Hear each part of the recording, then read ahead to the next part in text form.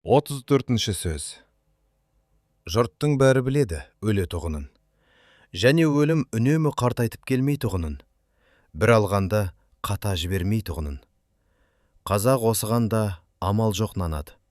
Анық өз ойына, ақылына кексертік нанбайды.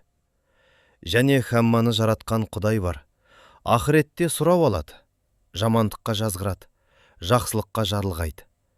Жазғыру да, жарылғау да пенде ісіне ұқсамайды. Бегірек есепсіз қинауы да бар, бегірек есепсіз жетістіруі де бар деп, бәріне сендік дейді. Жоқ, онысына мен сенбеймін.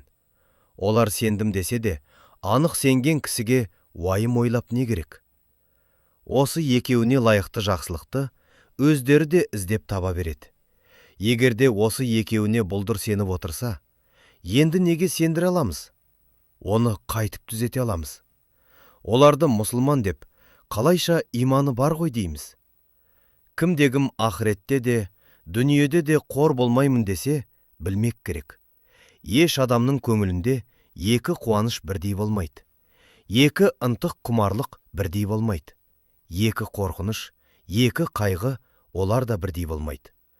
Мұндай екі нәрсені бірдей болады деп айтуға мүмкін емес. Олай болғанда, қай адамның көңілінде дүние қайғысы, дүние қуанышы ақырет қайғысынан, ақырет қуанышынан артық болса, мұсылман емес. Енді ойлақ қарай бер, біздің қазақта мұсылман екен. Екі нәрсе кез болса, бірі ақыретке керекті, бірі осы дүниеде керекті. Бірін алса, бірі тимейтұғын болса, сонда біреу ақыретке керектіні алмай, екінші бір кез келгенде алармын деп.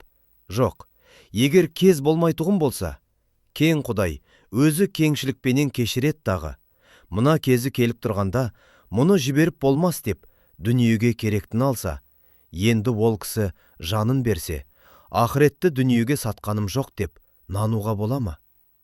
Адам баласына, адам баласының бәрі дос.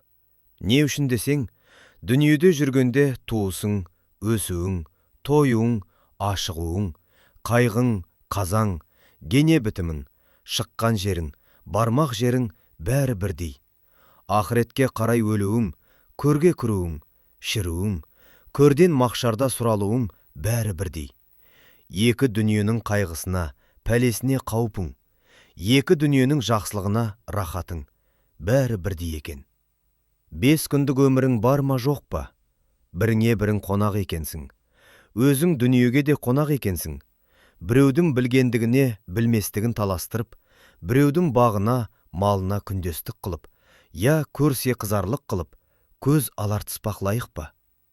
Тілеуді Құдайдан тілемей, пендеден тілеп, өз бетімен еңбегімді жандыр демей, пәленшенікін әпер демек, ол Құдайға айтарлық сөз бе?